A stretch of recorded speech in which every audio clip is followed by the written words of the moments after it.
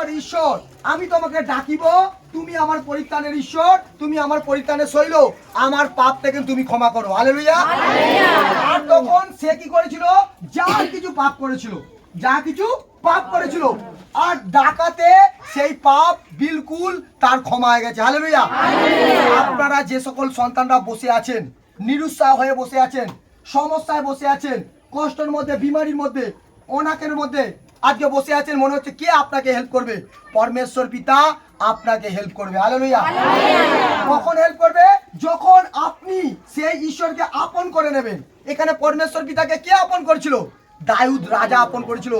দাউদ পাপ করেছিল সেই জগতের মধ্যেই, কিন্তু সেই দাউদ সে আপন করে নিয়েছে। সেই জন্য এখানে 26 বলছে, যে আমাকে ডাকিবে, বলিবে তুমি আমার ঈশ্বর, তুমি আমার পিতা, আমার ঈশ্বর, আমি তাহাকে পরিত্রাণের সেই শৈল দেখাবো। হালেলুয়া। পরিত্রাণ দেখাবে, অর্থাৎ পরমেশ্বর পিতা আপনাকে পরিত্রাণ দেখাবে।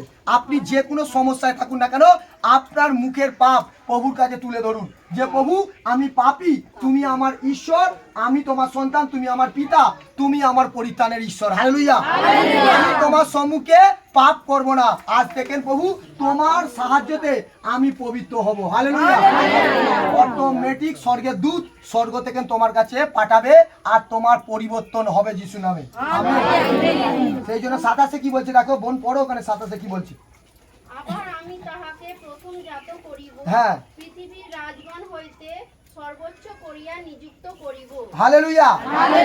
যখনই দাউদ ক্ষমা চেয়ে নিয়েছে, তার বাবার মন এত কৃপাময়, সেই পরমেশ্বর পিতার মন এত কৃপাময়, এত দয়ালু, তেনাকে ফেভার করার জন্য স্বর্গদূতকে পাঠিয়ে দিয়েছে। হালেলুয়া।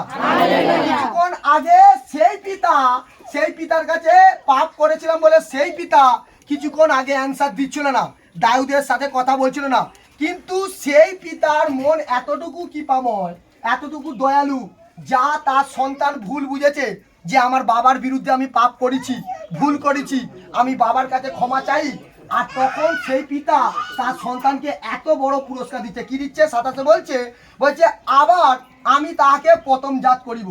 সর্বশেষে ছিল আর সে প্রথমে আসছে। হালেলুয়া। তাকে তার বাবা মধ্যিখানে রাখেনি। হালেলুয়া।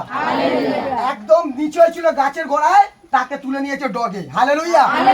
সেই ডগেতে ফুল আর ফল থাকে। হালেলুয়া। আমার ঈশ্বর এতটুকু প্রেমময়। হালেলুয়া। আমার ঈশ্বর এতটুকু দয়ালু। আজকে দাউদ পাপ স্বীকার করার সাথে সাথে দাউদকে ফেমাস বানিয়ে দিল। আজ আপনি পাপ স্বীকার করুন, আপনাকেও শেষ থেকে প্রথমে নিয়ে যাবে যিশু মসিহ। আপনার পরিস্থিতি যা কিছু ঘটে যাক, আজকে আমি ভবিষ্যৎবাণী করছি, আমার পিতার কাছে আপন ঈশ্বর বলে মনে করো। আজকে পরিত্রাণ চাওয়ার জন্য তুমি তাকে ঈশ্বর মানাও, আজকে বলতে থাকো, তোমার জীবনে চমৎকার আসবে যিশু নামে। সেই জন্য পরমেশ্বর কি বলছে? যে পৃথিবীর রাজগণ হইতে সর্বোচ্চ করিয়া নিযুক্ত করিব। শুধু বললো সাধারণ লোক নয়, তাকে বলছে তোমার ফ্যামিলিতে দাদা ভাইয়ের মতো নয়, পৃথিবীতে ঘুরে দেখবে যে রাজা আছে, তার ঘরের চেয়েও তোমাকে রাজা বানাবো যিশু নামে। হালেলুয়া। কতজন বুঝতে পারলেন?